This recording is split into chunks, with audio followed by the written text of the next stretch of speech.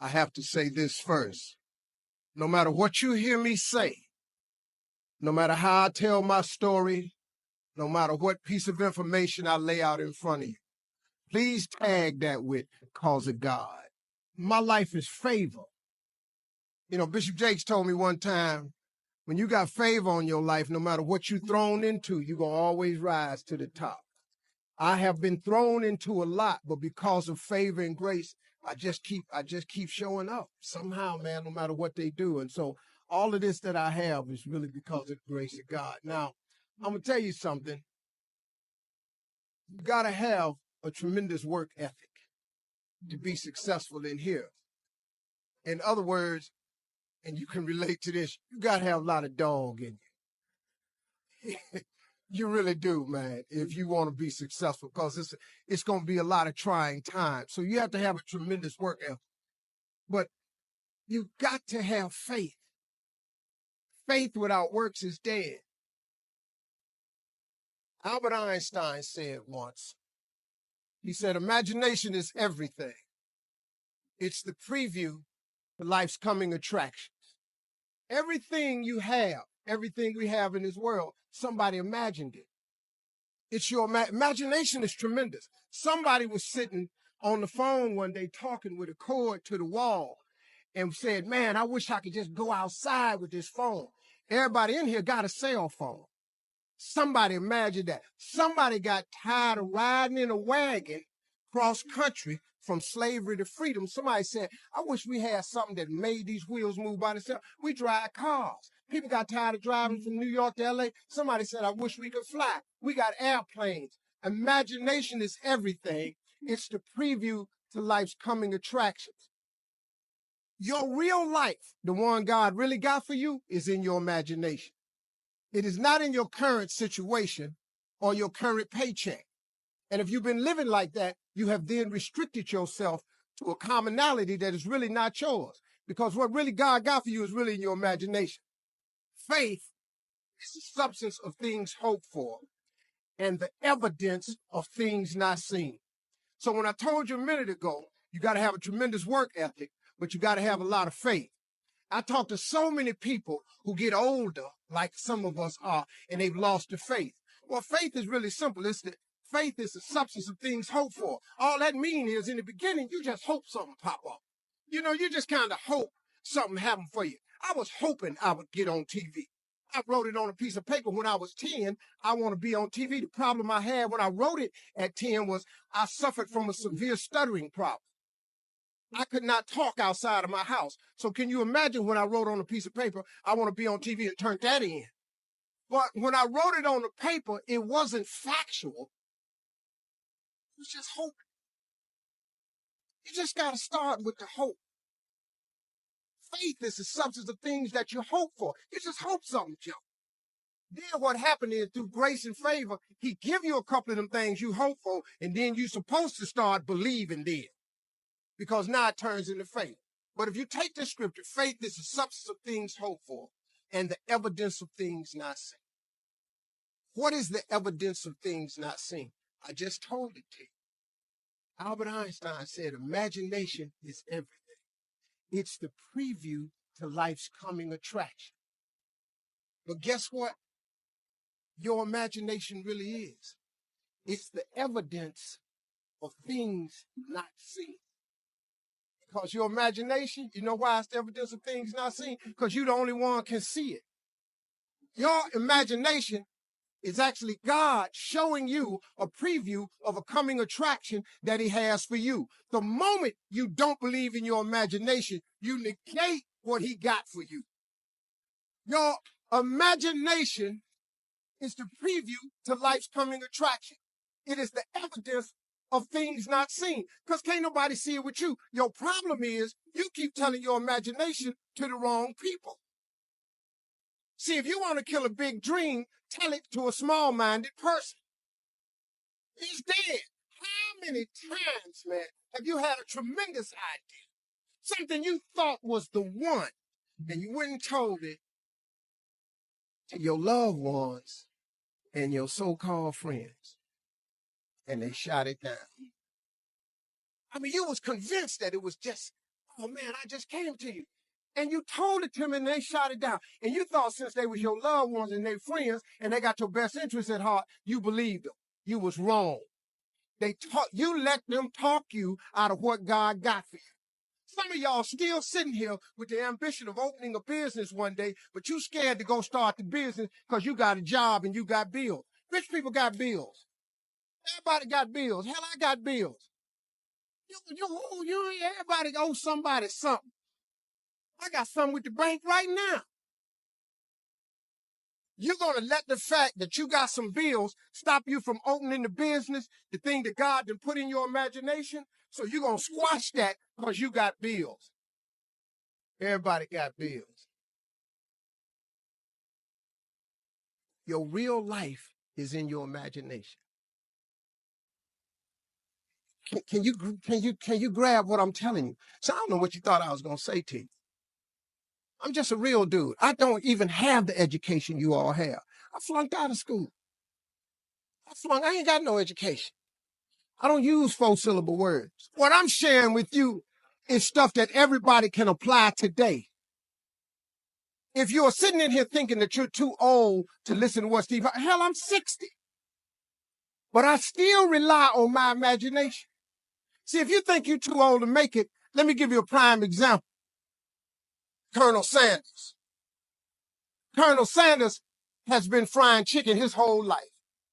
He was telling everybody he had the best chicken in the world. Ain't nobody believed. They turned him down everywhere. Colonel Sanders didn't get a franchise till he was in his 60s. Kentucky Fried Chicken sell more chicken than anybody in the world today.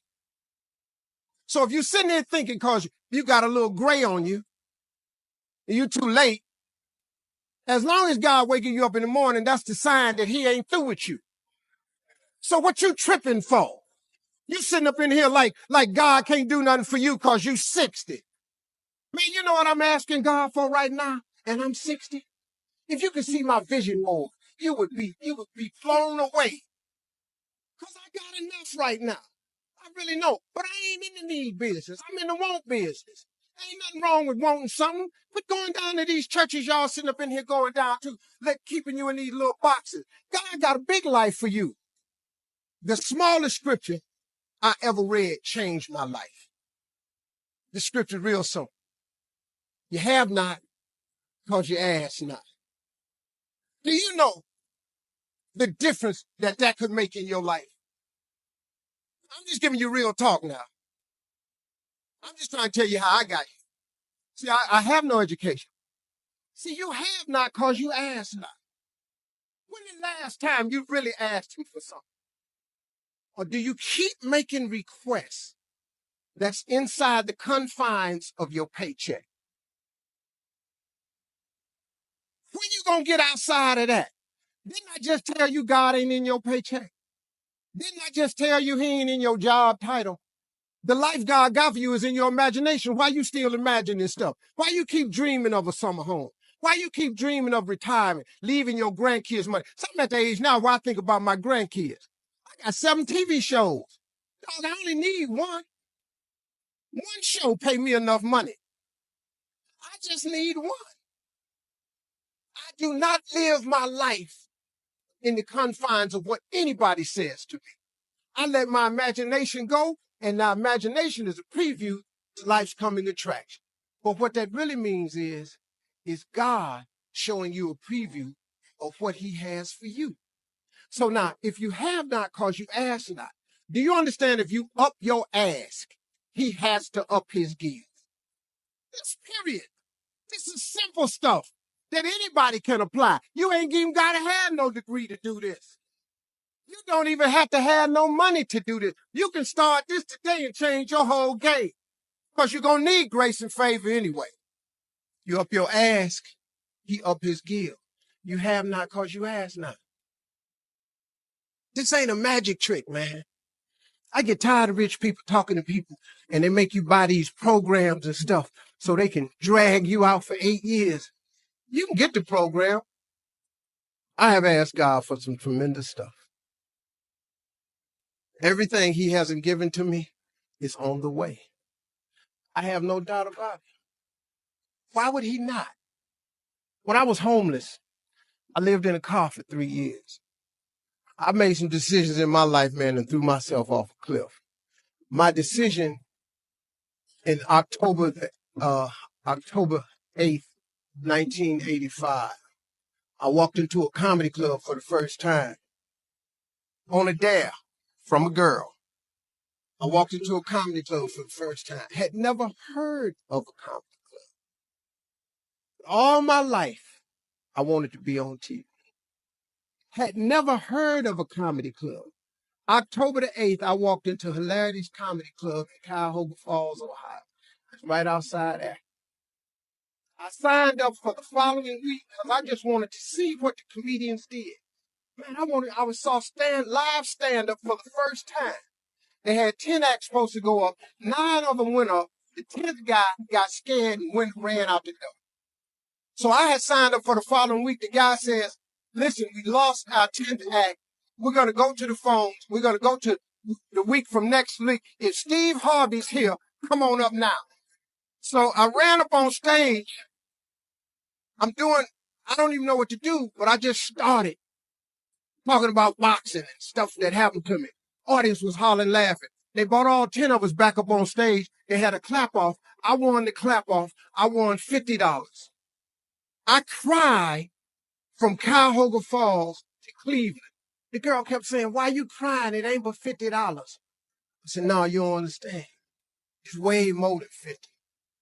This what I do. She said, what you mean this what you do? This just your first time. You don't understand. Something happened to me. I won amateur night. I went to work the next day, October 9th, 1985, and quit my job. Now, I don't recommend that you do it that way because 2 years later, I was homeless. Because the first year of comedy, I made $3,400. The next year, I made $4,800. And the third year, I made $5,300. I got a wife, a set of twins. I'm sending every dollar I got to them. So I tried to live on $50, $75 a week. Gas was 38 cents a gallon back then. I just stayed in my car. So I lived in my car for 3 years. 3 years, I lived in my car.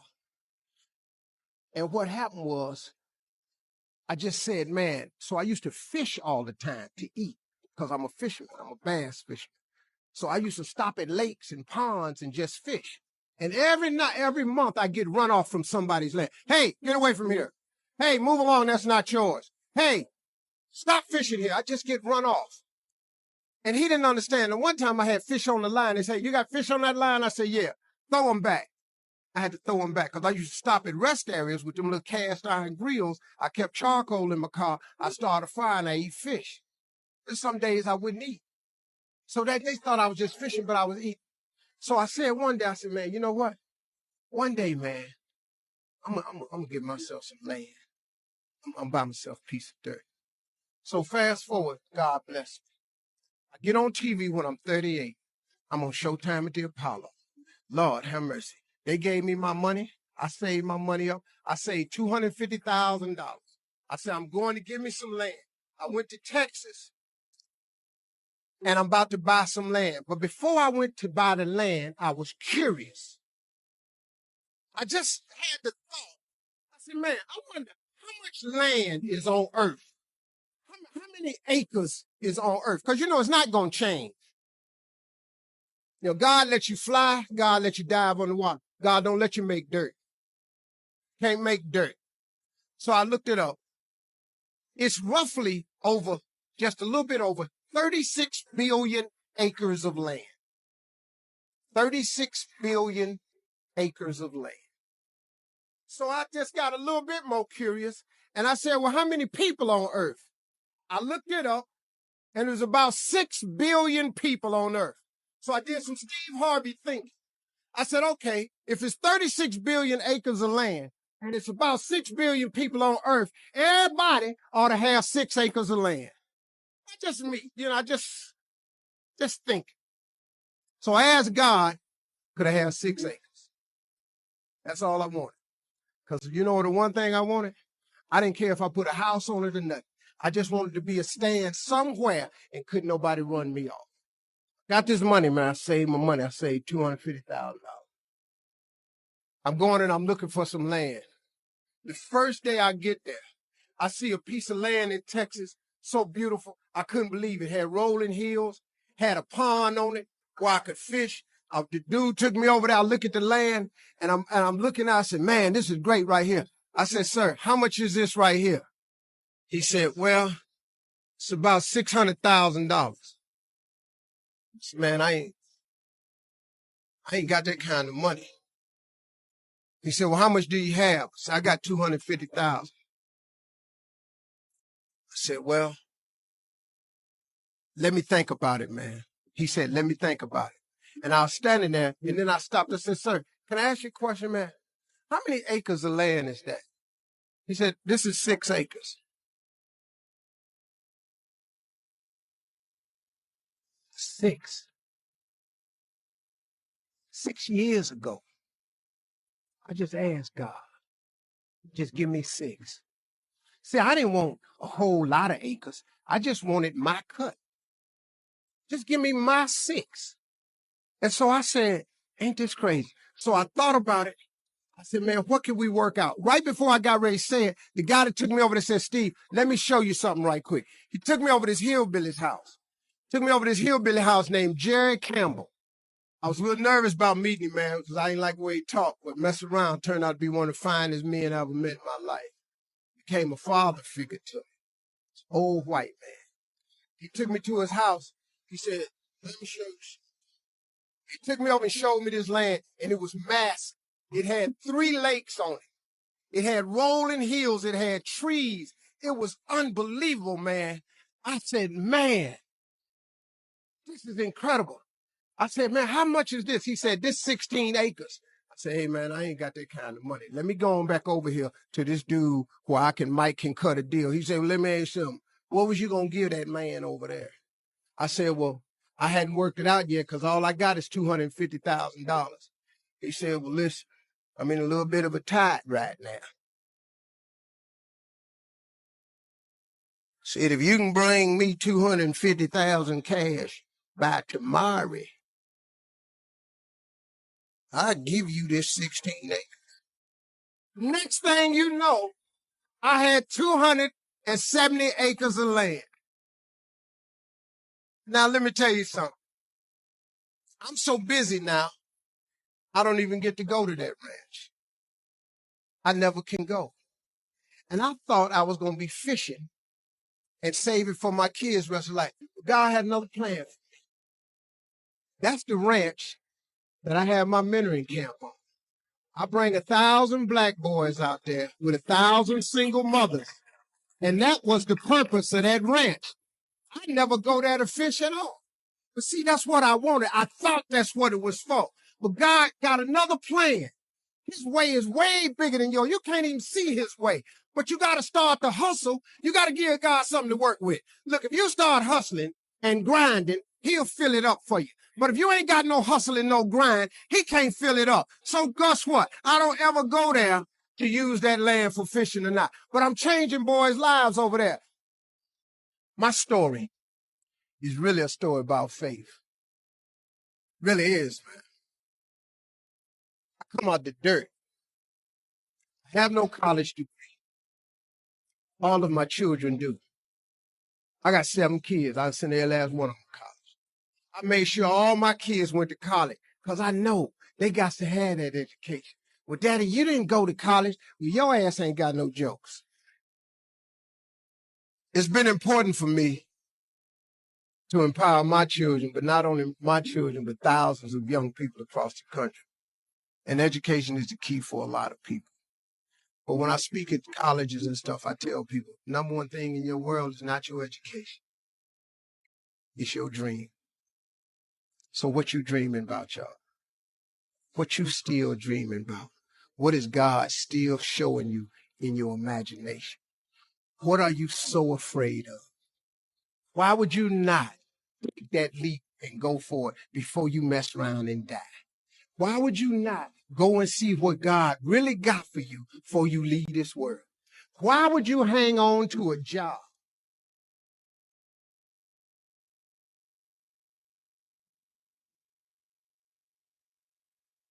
If you live in paycheck to paycheck right now, when you retire, they're going to give you 1/3 of what you can't live on now. They're going to give you a gold watch and a turkey, and they're going to set you on out to pasture. If I was you, before I leave this world, I'd go see what God really got for me. Just take a chance. Now, here's why you should take the chance. Name me one time God has not pulled you through. Just name it. Name the one thing God has never pulled you through. If he ain't pulled you through it, he's currently pulling you through it right now. And the reason I know I'm telling the truth is because you're sitting in here. If God was through with you, he wouldn't wake you up no more. When he wakes you up is because he ain't through with you yet. He got something else for you. So why don't you go see what that is? Why we got to live our lives like we owe them something? Man, you owe yourself something. Go be free. Go see what God got for you. Oh, Steve, that's easy for you to say. You rich. Hell, did you hear me? I lived in a car for 3 years. On October 8th, I won $50. October 9th, I quit. How big a jump you want to take? You ain't even got to do that. A lot of y'all got savings. You may not have 3 years up, but you only need a little bit. Just jump. Go see what God got for you. Quit sitting here in your life posturing like it's okay. Quit funking the fake. Quit faking the funk. Quit got people thinking you something you ain't, man, when you really know you won't be something else. You ain't got to believe me, but you can look at me. I'm telling you, it's proof in this here now that the God you serve really will give you what you ask for. He will. I'm not your preacher. I'm a hood dude that messed around with no education, the mess around got to the top of the TV world, balling out of control. And I'm telling you, I was homeless and lived in a car, and I ain't got no education. Now, y'all in here got degrees. I see it on your forehead. I see it on you. I feel when I'm around educated people. I know you know how to study it and math. I can look at you, and I'm so proud of you. But hey, man, the next level. The man without a dream or vision shall perish. It never mentions if you don't have an education.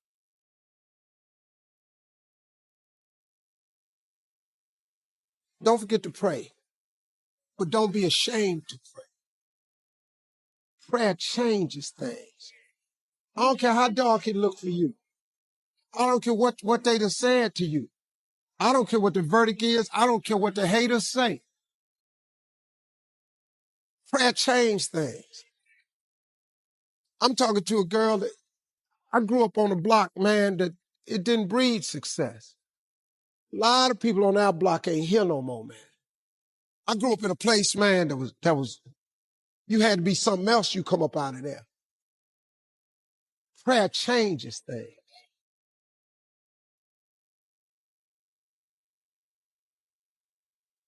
I was told I would never be nothing. Prayer changes things. I flunked out of school. Prayer changes things. I'm on my third marriage, lost everything I've owned twice. I've been homeless and lived in a car for 3 years. Prayer changes things. The cool thing about prayer is the one thing that's available to everybody at any given time. Do you know that God he ain't ever too busy for you? You know that God actually knows who you are? Do you know that God actually created you to converse with him? Do you know that God would actually love to hear from you? Do you know that I like talking to him even when I don't really need nothing? Quit playing with this here. You're not going to make it without God. If you've tried it so far, tell me how that's working out for you. It sucked, don't it? You need God.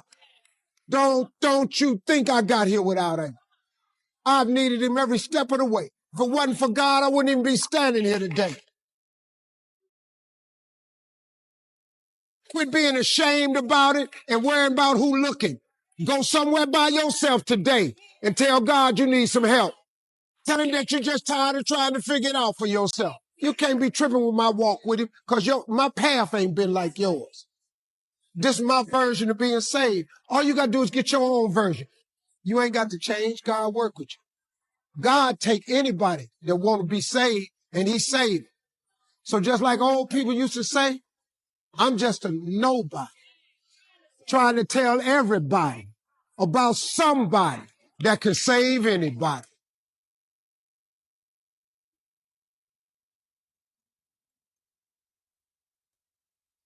Two things, my dream and my faith. Faith is the belief in things that you cannot see. You can never lose faith. That's the key. You have to believe in something that you can't see. You have to believe when you don't see no way how. You have to buckle down and keep believing. God is always coming. Here's the deal. The moment you ask God for something, he boxes it up and he ships it to you. Here's the problem with the package. He never gives you the date that it's going to arrive. It's going to come. He just don't tell you when. If he told you when, it would destroy the relationship that's required to have an abundant life, which is faith. If God told you you were going to be rich in August of 2021, do you know how crazy you would talk to people from now until then? Because you know, on August 21, I'm going to be rich. But he don't tell you when the package is going to arrive. So here's the deal. He wants you to stay in faith to receive the package because he only delivers to Faith Street. If you step off over here to I Don't See How Boulevard, he don't ship there. If you get over here to I Don't See How Circle, he does not ship there. He only sends the boxes to Faith Street. So when he sends it and you'd have moved off Faith Street, the package got to go back. It's just like UPS or the post office. If they send you a box and you ain't home, they take it back. That's how it works, man. Let me tell y'all something. Being successful is not a magic trick. You just have to learn the principles of success. I ain't got no degree. I got nothing like that to tell you about. I didn't finish school. I flunked out of school. I'm on my third marriage. Lost everything I've owned twice. Been homeless, lived in the car. I am telling you, your education ain't got nothing to do with it.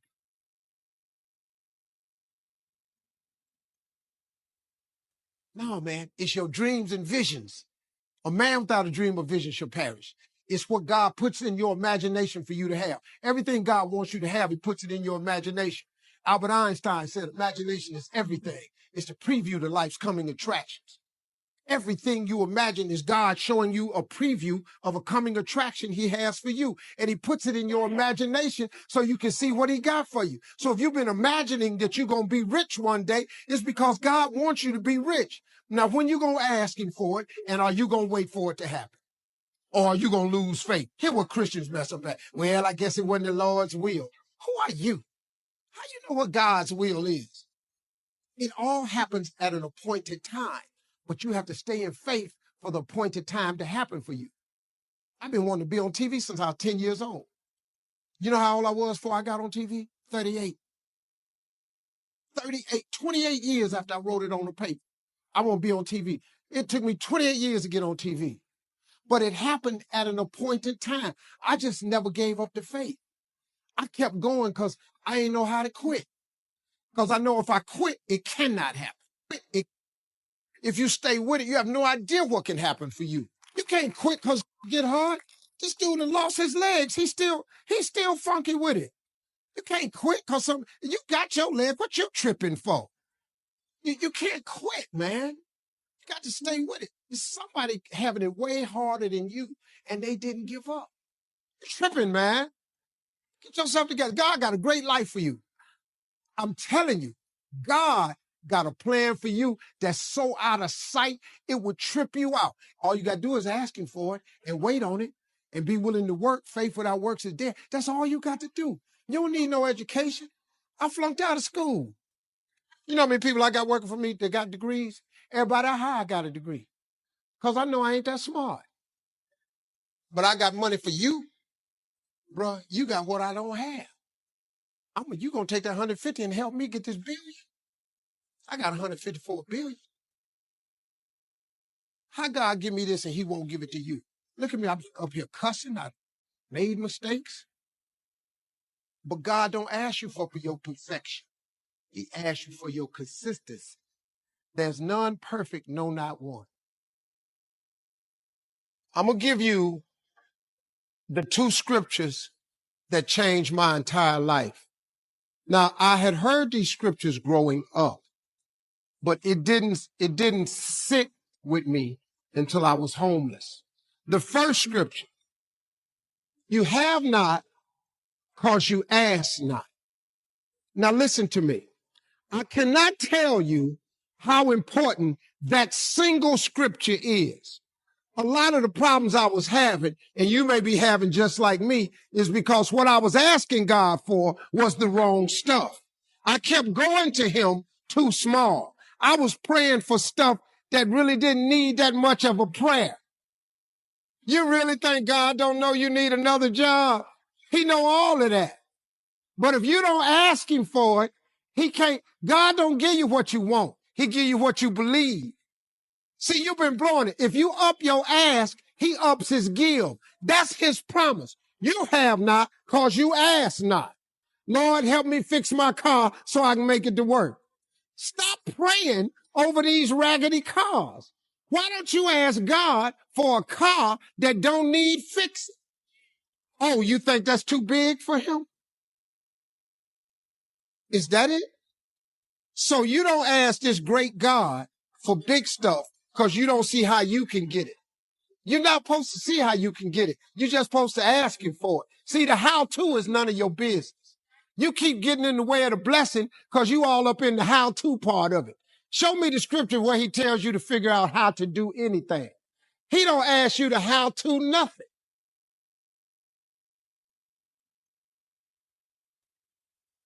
Write the vision and make it plain. Everything you want, you're supposed to write down. I'm telling you, man, this is how it works. You know, some rich people don't really have degrees. You just need the word. You need to know what it's saying applied to you. You know why? Because it's a promise of his. He ain't never lied. He always come through. If I was you, I'd try that. If you keep doing what you've been doing, you're going to keep getting what you've been getting. All I ever asked God for was to let me eat. Let me sit at the table with the big boys. Take me from this homelessness that I'm in and fill my coffers with spoils. You know how much I have today? I have more than I ever thought I'd ever have. God done gave me more than I asked for because he got this thing he has called grace. The grace is, I wish I could buy it. You know, I wish I could buy grace, man. Justice is when you get what you deserve. Mercy is when you don't get what you deserve. He said, but grace is different from both of them. Grace is when you get what you don't deserve. Do you understand that? God has this thing that he passes out called grace. You ever heard old people say, all I want is a little more grace? Because guess what? He passes it out and he gives you things you don't deserve. I do not deserve this life I have. I'm just telling you flat out. The money I make, where I live, what I drive, how I travel, how I vacation, I don't deserve it. I work really hard, but I really don't deserve all this. I don't.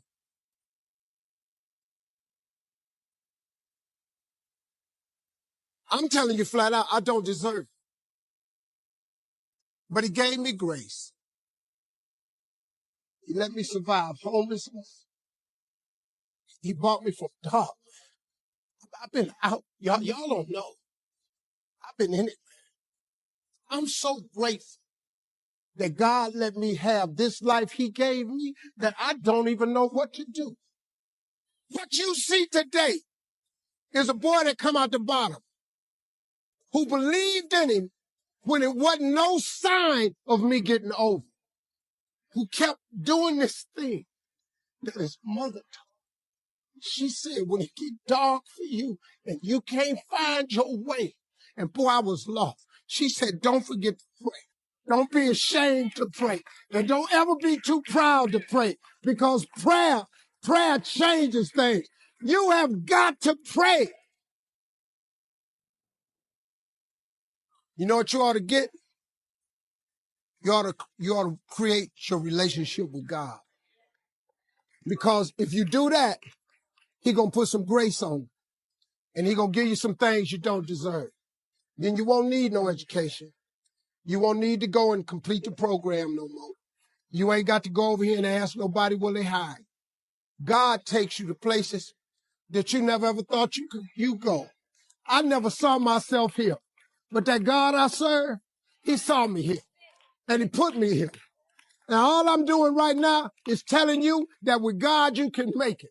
I don't know why He had you come to this show. I don't know why I'm telling it to you like this today. But if you ain't ever tried, if you wake up in the morning and you start having negative thoughts, man, this ain't my day. I woke up on the wrong side of the bed. I'm tripping. I just don't feel myself. Every time you feel in the middle of the day, if you feel yourself doing that, stop. Just stop for a second and start going over in your mind everything you have to be grateful for. Not everything you want, everything you already have. Because what you have is substantial. You just haven't gone over the list and taken inventory in a long time. But the fact that you can walk, that's a blessing. The fact that you woke up, that's another blessing. The fact that you can see, think, reason, that's another blessing. The fact that you can go somewhere and get yourself something to eat, that's another blessing. The fact that you can go and turn the key and call someplace home, that's another blessing. The ability to dream is a blessing. The fact that you have an opportunity to get it right is another blessing. The fact that you're beautiful, that's another blessing. The fact that you have any measure of health, that's another blessing. And I'm just talking to you, I don't even know you. I could give you 50 things you ought to be grateful for right now. I don't even know you. No matter how strong, smart, gifted, you get depleted. You have to have these times despite all the needs around you, despite what your children, spouse, boss, friends are counting on. You have to get alone and recharge your batteries. If Jesus had to do it, if He couldn't meet all the demands of people around Him, and He's the Son of God, why do we think we can go all the time and be everything for everyone? There is no passion to be found playing small and settling for a life that's less than the one you're capable of living. You got to get tired of losing. You got to get to the point of your life where you say, I have had it. I've had it with going in a restaurant, looking on one side to see what I want to eat, and then look on the other side to see what I could afford. I'd had it living like that. I'd had it borrowing money from people. I'd had it living like a cringing animal. When you don't have any money, it runs your blood pressure up. You hear me? Poverty sucks. Make no mistake about it. And you've got to decide, I have had it. I'm not going to live like this anymore. No, there's got to be more for me. And let me tell you something. You deserve it. You deserve a better life. There is more to your life than you've been living. You deserve it. There's a certain delusional quality that all successful people have to have. You have to believe that something different can happen. The first step before anybody else in the world believes it is you have to believe it. He who says he can and he who says he can't are both usually right. Only those who risk going too far can possibly find out how far one can go. I want to see how far I can go. I want to see what I can accomplish. I want to see what I can do, what I can be, what I can have. I want to see. I don't want to see what I think I can do. I don't want to see what I think is possible. I want to see what my life would look like if I didn't count the cost. When you want something bad, you can't count the cost, because if you count the cost and you see how much it costs, you might quit. You might give up. So you got to go in knowing that I don't count the cost. I do as many push-ups as it takes, as many sit-ups as it takes, as many reps as it takes. I study as long as it takes. I pay whatever the price is. Why? Because if I start counting the cost, I might quit. I might give up. I might surrender. Don't count the cost. You get to a point where you don't count it. You just do whatever it takes to get whatever you want. Following your dreams is a lonely, solitary, scary, dangerous pursuit. You can't wait for somebody to think you can do it, because they don't think you can do nothing they can't do. Nobody knows but you. Nobody knows what you are. Even sometimes you don't really even know what you are. You got to take your shot. Have opinions and feelings about yourself, independent of the feedback. Look at your belief system every single day and stick with it. Don't rush the process. Trust the process. Don't rush the process. Trust the process. You got to be fearless. You got to be relentless. You've got to learn how to become resourceful. You've got to learn how to become creative. At the core of a creative person is they believe there is always an answer. If you don't think there's an answer, how creative are you going to be? How long are you going to hang with that idea? How long are you going to try to work it and percolate it and create it and make it something bigger? And you've got to be so relentless, regardless of what comes down the pipe, that you're always looking for a way to get over, always looking for a way that you can break through, always looking for a way that you can win, always looking for a way that you can strike a telling blow. But you got to understand, you can always get a little bit better. You can always excel a little bit more. You can always push it a little further. You can always climb a little bit higher. You can always better your best. You can always go beyond anything that you have ever done. And so all you're looking for are new breakthroughs through practice and practice. You'll get better and better. And when you know what you want, you will do anything it takes to get it. You're going to do whatever it takes. Do you hear me? You're going to go your own way. You're going to do what they won't do. You're going to be smart, and you are going to win. You want to exercise your freedom on the world, but you don't want to exercise it on yourself. Oh, you'll shut the world down for telling you what you can't do, but you won't say nothing when you don't do what you're supposed to do.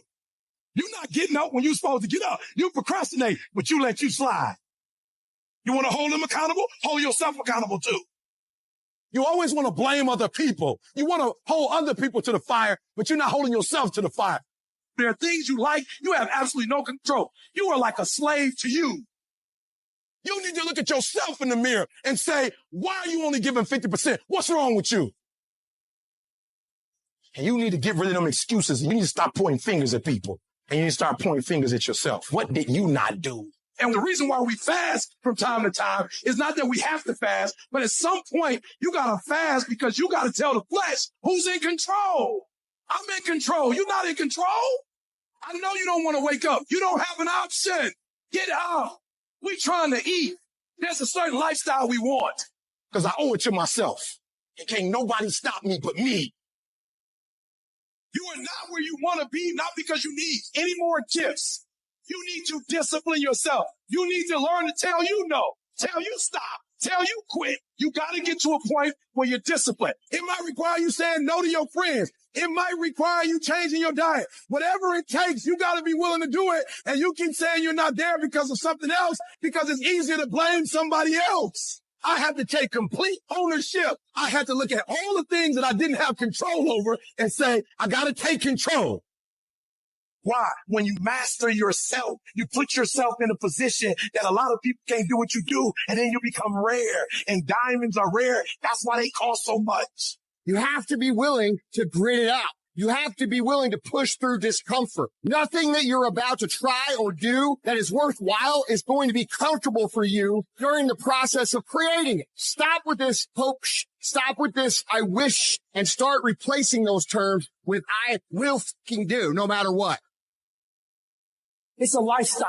Instead of hitting that snooze button in the fucking morning and not making your bed and not cleaning your house, you don't hit the snooze button. You get up. You don't want to go run, you go run. You don't want to go swim, you go swim. You don't want to make your bed, you make your bed. You don't want to clean your house, you clean your house. You don't want to study, you can study. That's how you start to callous your mind. It's going to suck. It's not going to be fun. Do something that sucks every single day of your life. That's how you grow. Make every day your masterpiece. The secret of your success is determined by what we do daily. And here's the crazy part. All you got to do is look in the mirror. All you got to do is deal with yourself, and then we're going to get to a whole other level. Embrace the pressure. Pressure creates diamonds. Start to take the pressure that you feel for what it is you want to do and turn that into productive action. Let it be the thing that makes you get where you want to go when everybody else is just taking it easy. No more playing after today. I need you to take control over every single area, and we're going to do it one day at a time, and you're going to get control, and then someday going to be your day.